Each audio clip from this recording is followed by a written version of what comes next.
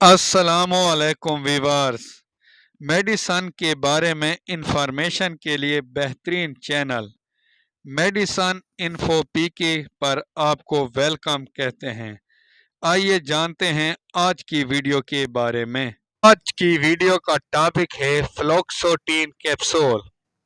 Market में फ्लोक्सोटिन capsule मुख्तलिफ कंपनियां मुख्तलिफ नाम से बना रही हैं। बहरहाल मेरा मौजू है डेप्रीकैप कैप्सूल। ये नबी कासिम फार्मा की प्रोडक्ट है और फ़िलहाल इसका रेट 550 रुपये है।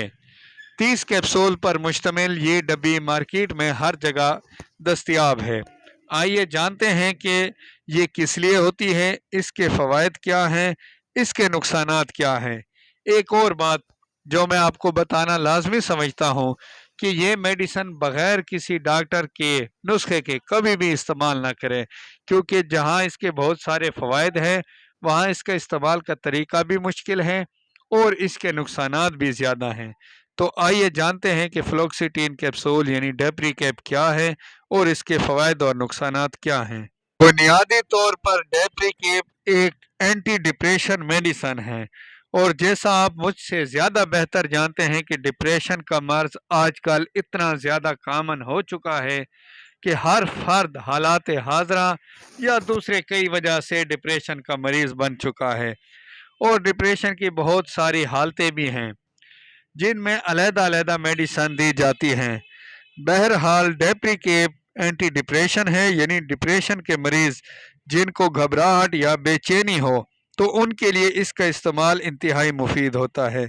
और ऐसे मरीज़ जिनको नींद के मसाइल हों, यानी नींद नहीं आती या बार बार टूट जाती है, तो उनके लिए भी डेप्रीकैप कैप्सूल रात के वक्त एक इस्तेमाल किया जाता है।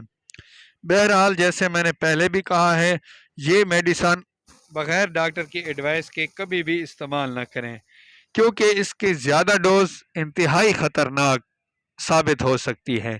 इसके अलावा लंबे अरसे तक इसका इस्तेमाल इंसान को इस फार्मूले का आदी बना देता है। इसको छोड़ने के लिए भी फिर बहुत बड़ी क़ुव्वत इरादी की ज़रूरत होती है।